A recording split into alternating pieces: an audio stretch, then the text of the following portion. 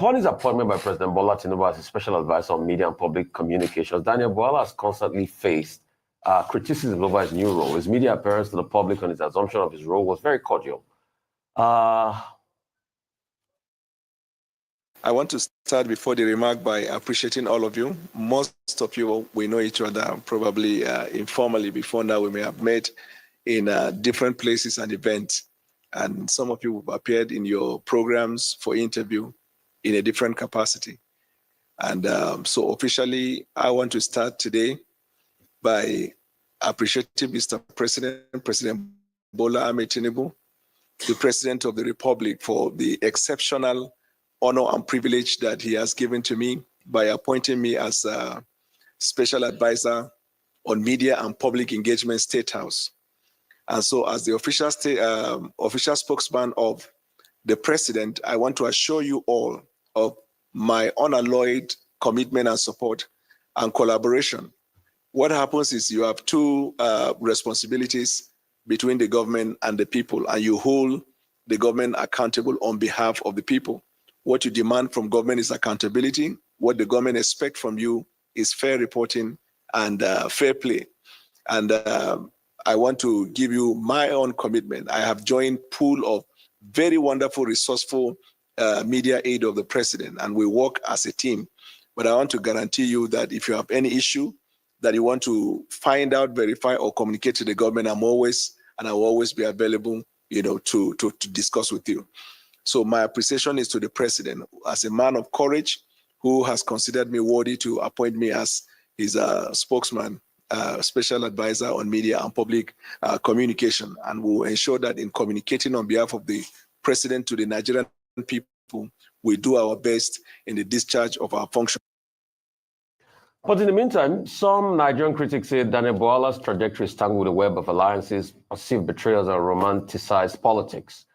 Once a staunch ally of Tinubu, later Atiku's presidential spokesperson, then the recent reappearance of special advisor on media and publicity to the president has left many wondering about the motivations behind his actions. So Bwala joins us now to find out if his return to Tinubu was a genuine change of heart or a calculated move to regain relevance in the corridors of power. Welcome to the morning show, and you are here live in person. In fact, this is the first time we're having you on the morning show in Lagos. My pleasure. Because you said you decided to come. But let's go straight to it. No, before we go straight to the point, this introduction and the soundbite is stale. It's a long time that this was released, and after which I granted interview in different programs of this TV station. Okay.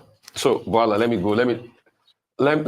go to asking the questions. And the truth is, it's not based on stale.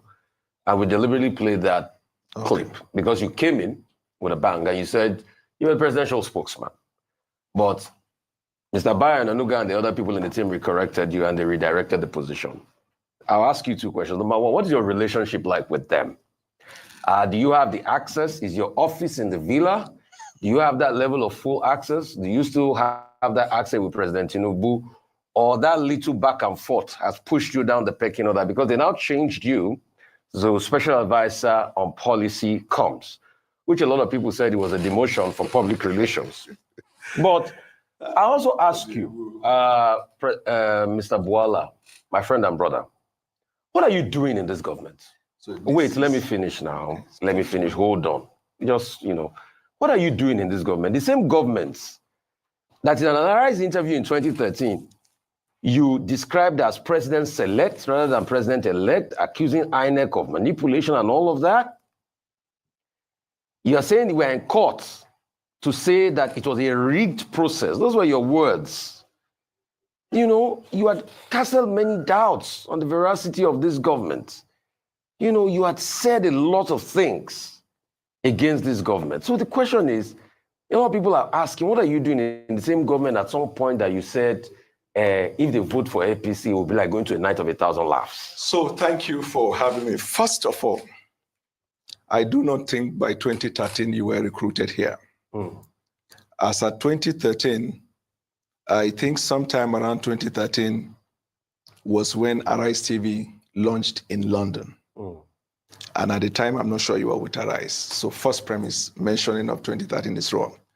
And I have been appearing on Arise TV right from UK, even before the Nigerian Arise TV station also was open. Charles and Yogolu will confirm. Andrew will confirm.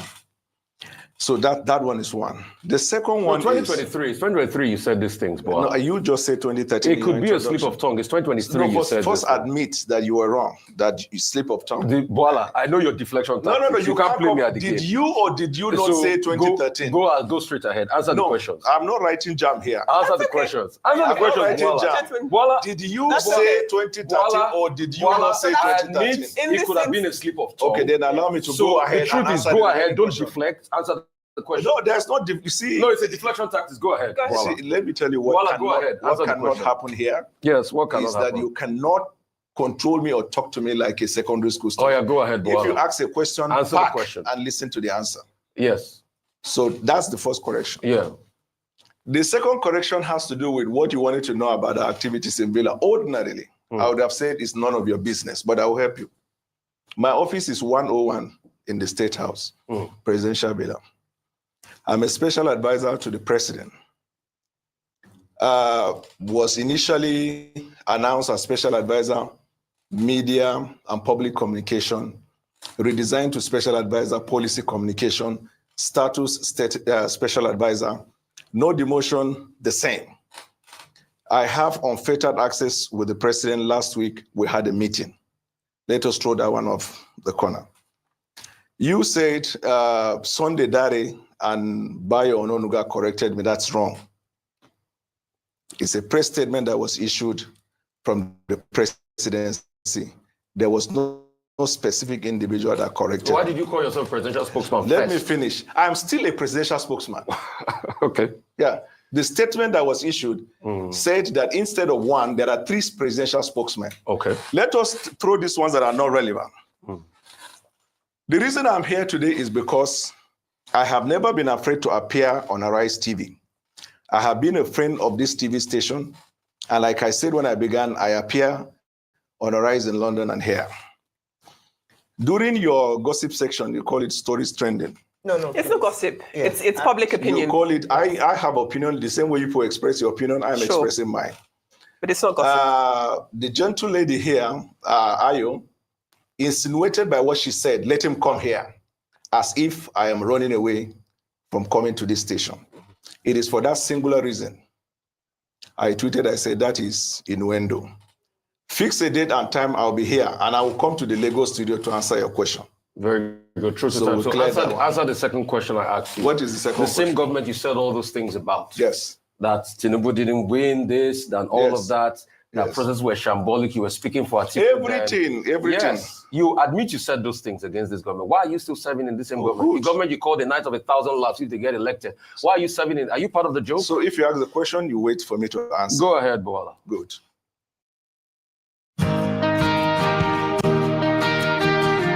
Global Tea and Commodities Limited is. I was in the opposition. Yes. In case you don't know, the role of the opposition is to oppose the government. In doing so, you de-emphasize the strength of the government and emphasize your strength. Where they have strength, you allow them to argue their matter. They rest their case on their strength and not on the weakness of the opposition.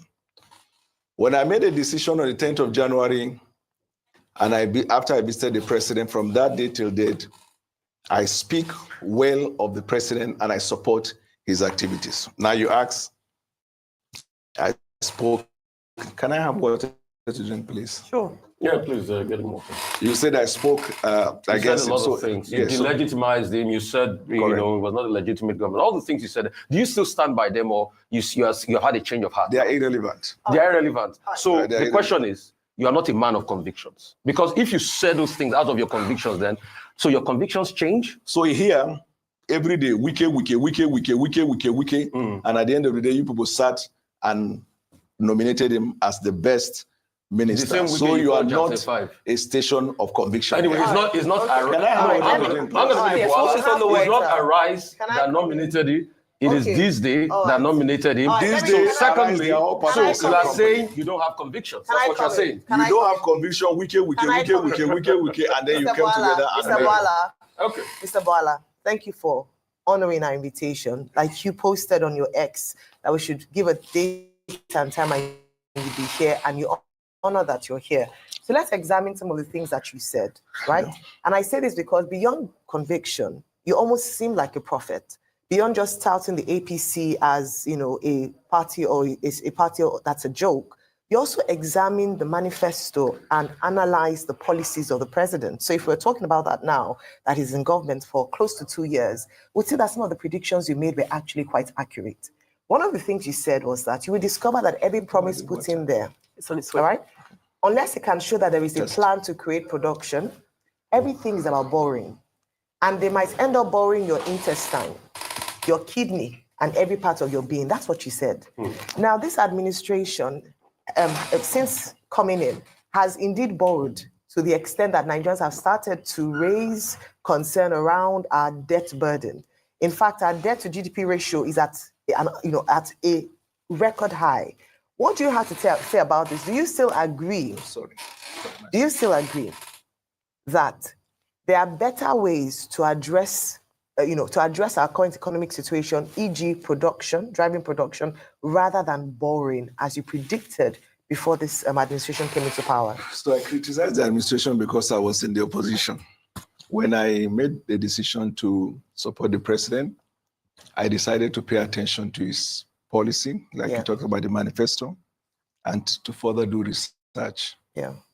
In doing so, I tried to look at where there is, for example, quote-unquote a failure. I tried to know why. So, for example, there was a time there was this food inflation and it was carried all over the places. And then I tried to look at what actually is the cause of the food inflation. And then I realized there was a natural disaster in Borno, Yobe, Adamawa, which could have caused it. And then we have insecurity in the Northwest. So the research is to find a reason for whatever is the policy, the reason behind the policy.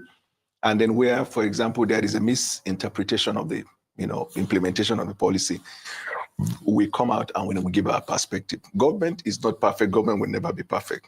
Government is a work in progress. And at every given time, government assesses what it does, take feedback from Nigeria, improve upon it, and move forward.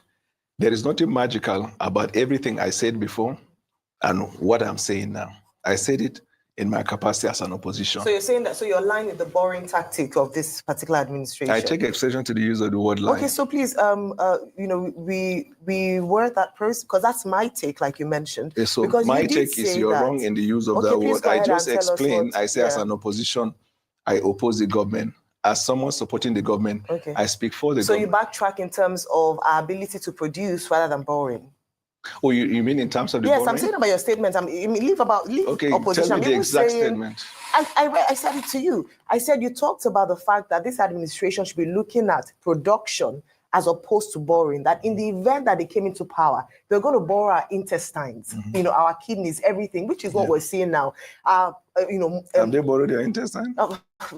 I mean, you were saying it as you say what we're saying. You were saying it as it was hyperbole. You were using it as your words. I really want us to get something out of the interview. So it's not just about you said, I said, I didn't mean that. Just in terms of your analysis of the current boring structure of this administration, is it productive? Should we be focusing more on production? Are there ways that we can be a production nation as opposed to a consumption nation so that we're able to reduce borrowing? We've had a number of analysts come here to talk about how we can finance our debts in more creative and intelligent ways that's sustainable. So that's all I want you to speak on. Yeah.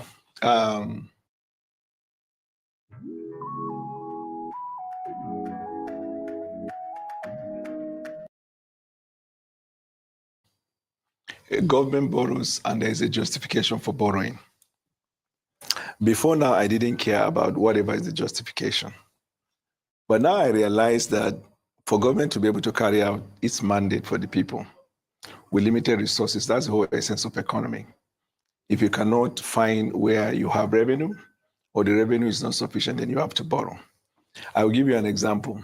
There is a research, an agreement by economists that only in infrastructure alone, Nigeria needs to spend between $30 to $100 billion annually. And then to put it in order to meet up with the deficit. Or, in proper perspective, over a period of 30 years, Nigeria must spend between $2 to $3 trillion or to $3 trillion.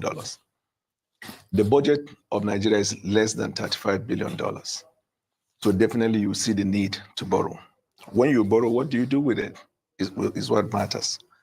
The government borrows to invest in infrastructure and also in intervention in the areas where it affects the Nigerian people.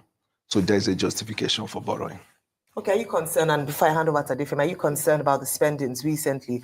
I mean, the private jet, the presidential jet, the refurbishing of the vice president's home, and some of these things, the appointments of the president. A lot of people say that this can reduce the cost of governance so that we don't have to borrow to be funding recurrent revenue and instead focus on infrastructure. I hear you on infrastructure, and you're absolutely correct. But a lot of people have also said there's a lot of wastage in this government. Even the appointments, some of them are not necessary.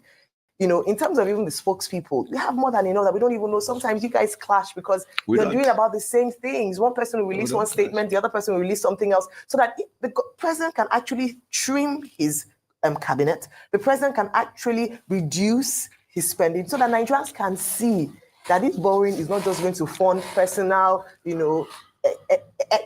personal largesse, but for the good of the people. My sister, we are not many. How many are you currently? Well, you can count and let me know, but I know that in this your morning show, you have about 7 or 8 of you.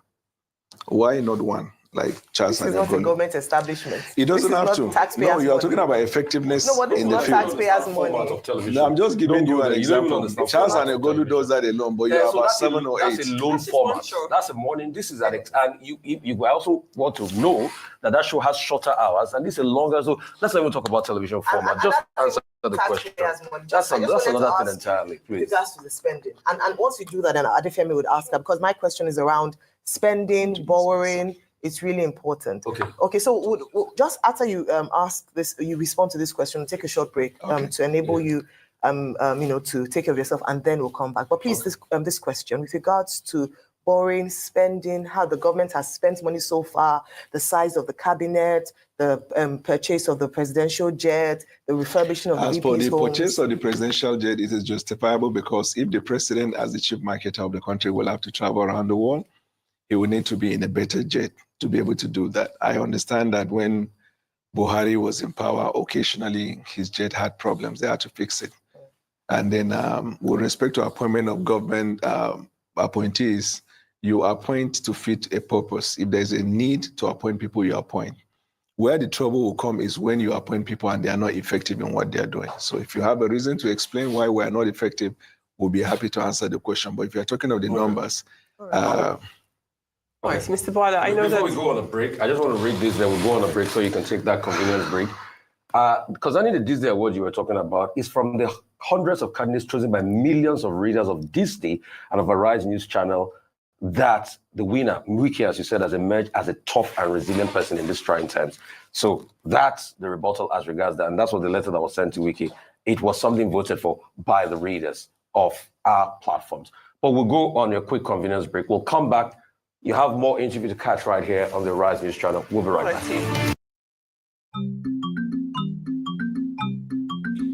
Picture the scene. Mom, my...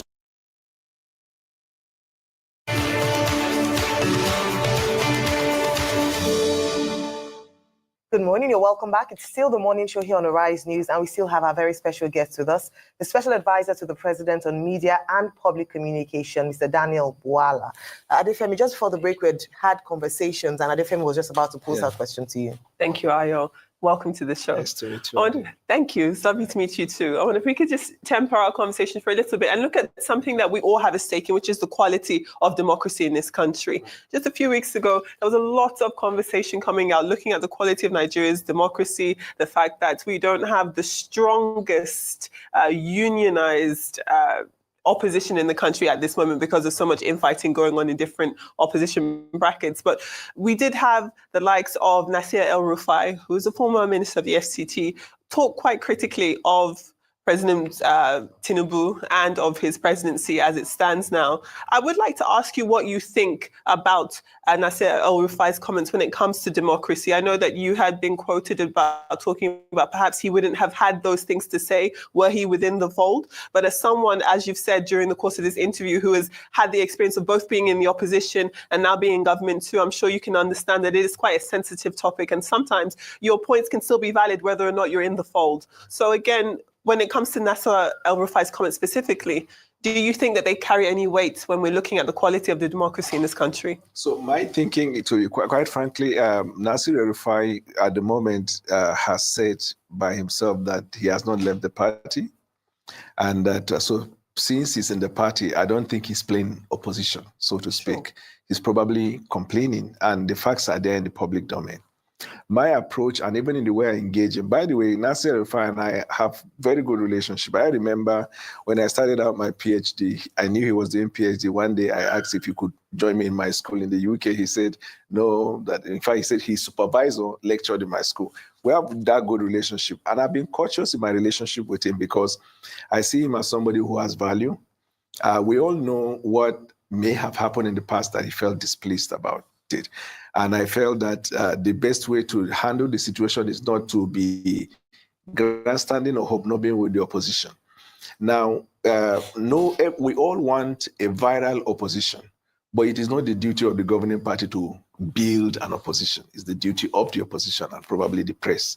You know, when you call them out for them to do what they needed to do, they would get to fix whatever it is. So most of what Nasir El-Rufai kept talking about, I do not consider them as part of opposition politics because he is not in the opposition. And that's the marked difference between when I criticize the president because I left the party than when you are within the party and then you're fighting. So that's why people say it's grandstanding. Has his comments been taken on? Do you agree with what he has to say when it comes to the criticism he has positions at the feet of the current presidency? No, I do not agree because what he said, quite frankly, let's be honest, there was a time when he was a governor during Buhari, when people said similar things and he called their bluff, he dismissed what they said. So my thinking is that he's saying that now as part of the expression of his frustration. And because he's a stakeholder and somebody that I consider more valuable, my approach is see the president, have a sit down with him, raise issues, and deal with it with the president. Okay, you've always said that, but let's just correct some things you said. You said the president needs a presidential jet, that's why he's buying. But he's buying an A330 Airbus. Do you know how big that plane is and the consumption is like for a presidential jet for a country that is going to take loans? That's an overspend. That's number one. Secondly, how can you justify the economic policies when there's been a lot of inflation, 34.1%? Right. For over a year, the CBN has been tightening. We've had recourse to nothing. Even the monies we are borrowing, we're not seeing it. Do you know what your own health minister said recently, Pate? Out of over 200 billion earmarked for capital projects in the healthcare sector, only 20 billion, about 23 billion was released. There's a big budget on that performance. Your Senate president did say budget performance was 50%. That's an appalling number for all the loans we are taking. So how can you justify the economic policies when the economy is not looking good? We can't even, perform effectively the budgets and Nigeria's in dire straits. Our economic policy has been, in my assessment, doing very well. Because where we were before President took the oath of office and where we are today, from the economic standpoint, I think economists said that it is safe to assume that Nigeria is not to be dealt with the feeling that it is going into disintegration because the fundamentals of the economy are put in place. What are the fundamentals? Remember, Mr. Rufai, that we are dealing with a nation whose national budget is less than 30 billion. And I just said when we began that even in infrastructure, this is expert opinion, not ours. They say you have to invest between $30 to $100 billion annually. So, and then you're dealing also with a nation that the infrastructure is in decadence, so to speak. We don't have good roads, we don't have airports, our hospitals are dead. And then you are looking at a critical situation like that, you are trying to navigate with limited resources. So, given the circumstance of the case and then juxtaposing that with what we are doing, I can tell you, for example, you talked about inflation. The current food inflation has gone down because food prices are going down. The general inflation of the last month was far better in terms of than the previous month. And this is because, Mr. What Rufai, statistics are those? Because the inflation numbers, general inflation numbers, increased. In fact, we were turning down to 23%. Now it's 34.8%. As of when this administration got in, inflation was not up to 30%. Right. This administration have increased inflation by close to 10% percentile point. Yes, but it is to be expected because when you take policy reforms, it is like you're pulling down the house to reconstruct again. We were living on, at the time the president took the oath of office, if you remember, about 26 or so states of the federation were adjudged as bankrupt. They couldn't pay salary. That's not our challenge at the moment. Because of the increased revenue, states are paying salary. We are now urging them to go beyond that and deliver on the mandate to their people. That's one area we've dealt with. Two, the various interventions of government in terms of supporting the states and then providing in direct intervention on Nigerians. For example, if you look at the medical sector, if you look at the agricultural sector, the kind of investment we put in there, definitely there are some investment that will take time. If you plant a seed, it can't come out tomorrow. It's not yielding. People are suffering. No, yes, pain the suffering. Pain is rampant. That is why every time we beg, yes, that's why every time, Mr. Rufai, we keep begging the Nigerian people. You see, leadership is about accountability and respect to the masses. We cannot look them in the face and say, we don't care about your suffering or you are not suffering. We are not in that denial. But what we are saying is that what we are doing at the moment, think of a family. Probably the father is used to taking the kids out to the movie weekends. Twice in a year, they go to Europe, America. Certain lifestyles that are, going very, very well. Suddenly, the father realized that all this is I've spent. When did these people come for you, Bwala? When did these people come? Because when those policies started to kick in the early days, you said this was not the way to go. I mean, you were at variance. Yeah. And that's what I'm saying. Where is your conviction, my friend? And my sister. Where's That your is the reason conviction? why I'm saying that a man who is in the opposition does opposition. And especially in this part of the world, Africa. So if Atiku had been elected, you follow Atiku to State House. You will not. I don't discuss if. Was it because Tinubu was elected? No, I don't. Or is it for you? Is it an Ajib thing? Any government in power, I must just be in power. That's your opinion. It's part of those. Or your conviction. It's part of those orishi you put in your programs here Right. that bring all the traffic. But they are out of the fact issue or fact relevant to the I want to fact ask issue. a question before we go. Okay. The first question is I'd like you to, since you're here, address these feelings by a number of people that the By the way, president where is Dr. Abati? he's off Indoor on run, leave. man. Yes, no, he didn't run. Dr. Abati doesn't he run. didn't show. He's on leave. All right, briefly. He was here yesterday. Yes, He's on leave. You can start your Briefly, leave today. briefly, Where is Oji? Briefly, Mr. She will comes be up here. later. So after I go, she'll come with gossip, We have right? to go. It's No, not no, gossip. no, Okay. We have to go now. Okay. I want you to talk to the criticism around the president's appointment being nepotistic. That means that he's appointing a lot of people from the Southwest, and there are ill feelings around that. In fact, because of that, a lot of people have said he's lost favor with the northern parts of the country, and the Southeast also feel marginalized. I'd like you to speak to that. Then second of all, as we wrap up, do you think at this point, the president should admit that he could have handled the removal of fuel subsidy alongside the floating of the Naira better, in a phased way, so as to reduce the hardship that people are currently facing? Whether or not you say the statistics are one thing, reality on ground is another. Yes. People are suffering. Yeah. The price of food in markets is high, transportation costs are high. People are saying that this government does not favor them. What do you have to say about that? So with the last one,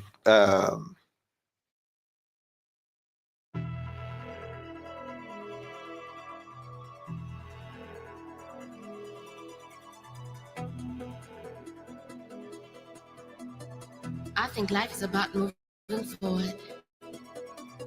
And every time we dance, the president has, in my view, I criticize this idea of the removal of subsidy and floating of the Yeah, at the same Naira time. vehemently. I've done that at Rise a couple of times. Yeah. But I was privileged among many millions of Nigerians on the 10th of January when I met the president face to face. The meeting was supposed to be for 15 minutes. That's the official protocol. He was gracious. We spent about an hour and 40 minutes. And do you know, as soon as I walked in, the president started by dealing with the issues I have been raising and criticizing him. He was so humorous. He even said, my tweets, he has asked someone. Okay, to so be human reporting that. Nigerians, what did he say? So he can give Nigerians support. That's the perspective I'm giving. All right, so because we need to go. So you should have asked it earlier. This is a grandstanding. I'm saying, so he explained to me why he took those decisions. Because when he took the oath of office, there was no money on ground. There's no way you can kickstart this government. You have to find a way of revenue, to get revenue. Two, nobody was willing to borrow us. We are 73 trillion. So you have to put in policies that will convince investors and those that will borrow you money that you are serious. And to be able to do that, the immediate thing that was supposed to be done are these fundamentals of the economy that he felt he needed to reshape.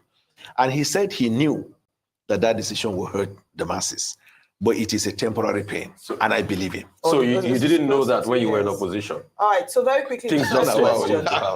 So no, I asked two questions. I asked two questions in 1 minute. The question around nepotism and his appointment. You people didn't allow my sister to ask questions. She did. She's only one that is not politically, 1 minute. politically 1 motivated. Minute, 1 minute. Okay, we need to go. Bwala, So quickly. what is the question? Nepotism.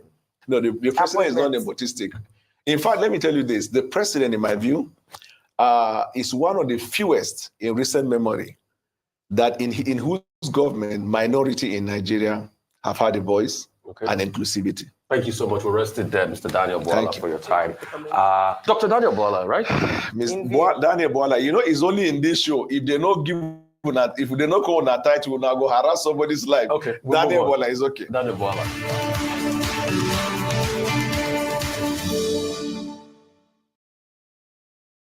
Take a right hand, shake it out. How many people here want to learn faster? How many people want to remember more? Yeah? Watch this.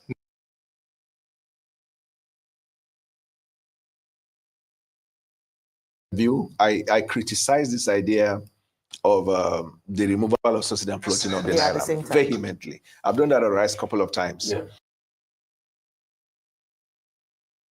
But I was privileged among many millions of Nigerians on the 10th of January when I met the president face to face. The meeting was supposed to be for 15 minutes. That's the official protocol. He was gracious. We spent about an hour and 40 minutes. And do you know, as soon as I walked in, the president started by dealing with the issues I have been raising and criticizing him. He was so humorous. He even said, my tweets, he has asked someone. Okay, so human Nigerians, what did he say? So he can give Nigerians that's the perspective I'm giving. All right, so because we need to go. So you should have asked it earlier. This is a grandstanding. I'm saying, so he explained to me why he took those decisions. Because when he took the oath of office, there was no money on ground. There's no way you can kickstart this government. You have to find a way of revenue, to get revenue. Two, nobody was willing to borrow us. We are 73 trillion. So you have. So guys, there you have it, Mr. Daniel Bwala, coming face to face with the Arise News panel, Rufai, Ayo, and Adefemi. Well, the thing is, this is all politics. It's all politics. I don't even know why anybody is surprised that Daniel Bwala moved from PDP to APC. These are how politicians behave. The typical politicians that we know. And PDP and APC, don't forget that most of the people in APC came from PDP. Most of them came from PDP. So it's not something shocking, but it's just quite amazing to see the back and forth between Rufai, Ayo, and Daniel Bwala. You know, the Rufai, and he also he pointed something out to them. You're talking about Wike and all that for, you know, a lot of times. And now your sister media house, is it this day, ends up giving Wike an award as is it the best minister or something like that. So sometimes also it's good to also look in the mirror sometimes. And I'm not saying that, okay, like Rufai pointed out, it was based on voting. And if it's based on voting, it makes sense. If it's based on voting, you cannot change that. So, but if it was like the CEO or the chairman just decided to give Wike the award, then I guess I would say much on that. But if it's based on voting, yes, we can't really blame Arise News so much because it was something that was voted on. So, but the point is that all these people, What do they have the interest of the people at heart? Because that's the main point. The main point is, do they have the interest of the people? It's not about making the government look good. Are you making the country, are you making the citizens proud? And that's the point that a lot of them are missing. But it was just amazing. It was both funny, it was both dramatic, it was both shocking. This whole session between Daniel Bwala and Rufai, Ayo, and Adefemi. So, guys, let me know what you think in the comment section. Like and subscribe if you haven't, and I will see you next time.